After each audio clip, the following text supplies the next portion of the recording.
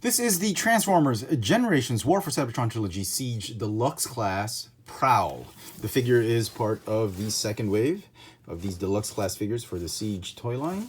And I picked up this figure at R Toys. Pretty cool. Here is Prowl out of packaging. And I just love how this figure turned out. It feels like it has a very simplistic style or design to him. But what I like about the figure is it accomplishes to evoke both the G1 cartoon look of Prowl as well as the G1 toy look, and giving it at the same time an updated modern feel to it. So if you missed out on the cartoon, Prowl looked something like this. I mean, yeah, I know it was kind of corny the way they drew him, but you get that feel with this figure. I mean, the colors are there, the shape, the whole aesthetic is there. And then the G1 toy looked something like this.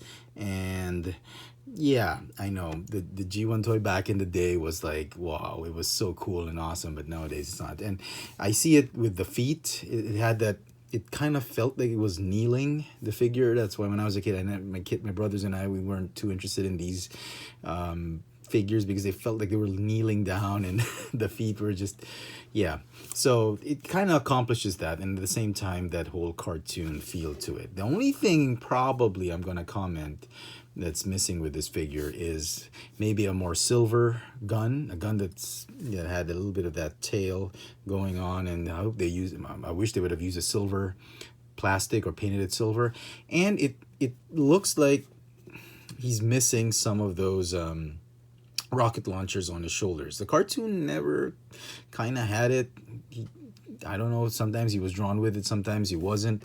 Most of the time he wasn't, but it looks like the figure had some provisions for that rocket launcher, and at the last minute I think Hasbro yanked that from production. It's a shame, and had this been a Takara Tomy product, we would have seen that and probably a silver gun or chrome plated gun. I don't know, but they must have had their reasons for coming up with this. But as it is, I'm happy with it. I'm pretty happy with it. It doesn't feel as light as I thought it would. It feels a little bit heavy, actually, now that I'm holding it.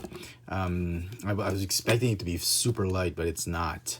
And some kibble right here. When you get him out of packaging, the light bar is detached, which you can obviously put it anywhere you want to. It's you have to attach it, so just be aware of that. Don't throw away the box just yet. Just make sure you get all the pieces out. So the blaster pistol is here. I guess you can mount the blaster anywhere you want. So yeah, the details on the figure, like I said, I love the look of it, love the silhouette, love the clear plastic on it, love the color combinations of the black and white. In terms of paint apps, that's probably the where this figure falls short the most. And I looked through several that the stocks that the store had. I probably looked through at least 15 pieces, 14 or 15 pieces of Prowl, and the one thing I noticed is the paint apps really suffer, and it's the black paint on the chest, and let me show you closely what I mean. There's going to be a lot of scuffing and scratching. This is the best I could find. There was one that was really pure black, but it didn't have nice paint apps on the face, and the yellow wasn't too good. But the black has to be solid, and I can understand because of packaging and handling of this figure, this edge, because it's a little bit pointed, a little bit sharp, is going to get scratched and scuffed and nicked and all that. So that's one. Next thing is the yellow. It's almost expected that this kind of yellow is going to have some inconsistencies here and there. This was the best I could find. The most perfect triangle. I've seen a lot that was like half a triangle or 3/4 of a triangle, and I've seen some of that yellow overlapping onto the black, onto the center and all that. So the yellow has a bit of an issue. Same with the signal lights right there. And then then the feet might have some black blemishes here and there, but most of the feet were okay. The head sculpt, this was quite the most perfect one I could find, with the red crest being painted just exactly on where it should be painted. I've seen several that had way too much red, like bleeding onto the top of the head or bleeding into the center, and yeah. Some of the figures weren't that great. And also the silver paint, this was the most consistent one I could find. Some were lacking in paint on the side, some had too much paint on the side. And lastly, the eyes, make sure the blue is painted nicely. Some have like roughly painted blue eyes, and some of the eyes are recessed too much, and I think they're separate pieces. It's not one whole piece with the face. It's just, the eyes are like separate plastic pieces that they insert through the face and they paint it separately. Just make sure you have one that's not too recessed. So lots of tiny quality issues abound with this figure, but they're not entirely deal breakers. If you're okay with some quality issues like that, with the paint apps and all that, then you should be fine. But it's best if you can go through several on the pegs and find the one that has the best paint. So articulation for the figure, it's got a ball jointed neck, got a waist swivel, ball hinge shoulders.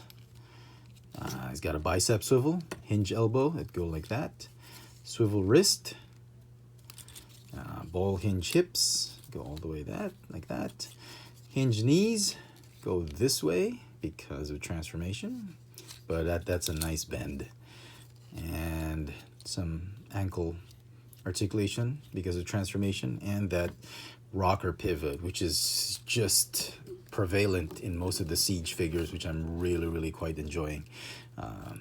Okay, with these figures. Thank you, Hasbro, for that. And here he is with Henkei Prowl. This is what a deluxe class figure used to look like, much bigger than what we have now. And here he is with the Hasbro Transformers Universe smokescreen and silver streak. So transformation, incidentally, the light bar can also be mounted here, and that's officially the transformation of the gun, which I think looks ridiculous, so I'm just gonna take that off. Transformation, if you had the old G1 Prowl, transformation will seem familiar. So first thing you want to do, you want to raise the arms this way, and then I want to rotate the whole shoulder assembly and make the clear tires face up like that. Okay, and then what you want to do is detach that whole abdomen piece, swing that whole chest or torso assembly up like that, swivel out that whole assembly, and this piece right here is going to form that, fix that hole, form the hood or the bonnet of the car. And that's going to stay like that for now. Okay, on to the feet. Fold the heel spurs like that. Fold like this. Rotate the waist. Okay. And then what you want to do is collapse the whole middle part of the torso right here, and you see those pegs right there. They're going to slot into those holes, and these are scary for me. Now they're fine, but after a couple years, I'm thinking those peg holes are going to be very brittle and they're going to break off. I mean, I wish they would have kept it like thick square pegs, or anyway. So join the feet together, this, and then fold the knees all the way up right here and tab them in like that. Okay, you should be good. Okay, fold this piece down like this, close the doors, and the doors again with those tabs and slots. I hope they don't become brittle over time. Okay, that's the rear of the car. All that's left are the arms. Fold them like that, like that. It feels very simplistic, but it's actually very satisfying. It's not too complex, it's not too simple. It's a very satisfying transformation, and I like it. I like it. It's not too difficult, as just like what we had in the Universe line or Reveal the Shield. Okay, and the light bar goes on top like that, or like that. I think like this. Okay, and then the gun can be mounted like that, but you don't have to. So there he is. There is Prowl in his Fairlady, sort of Fairlady alt mode. Homage to the Fairlady, Nissan Fairlady. Looks okay. I mean, it'll roll nicely. It kind of looks more like the G1 Prowl. Here is Siege Sideswipe. So they scale very, very nicely. Okay. And here he is with Masterpiece Prowl. This is the Nissan Fairlady we've been talking about.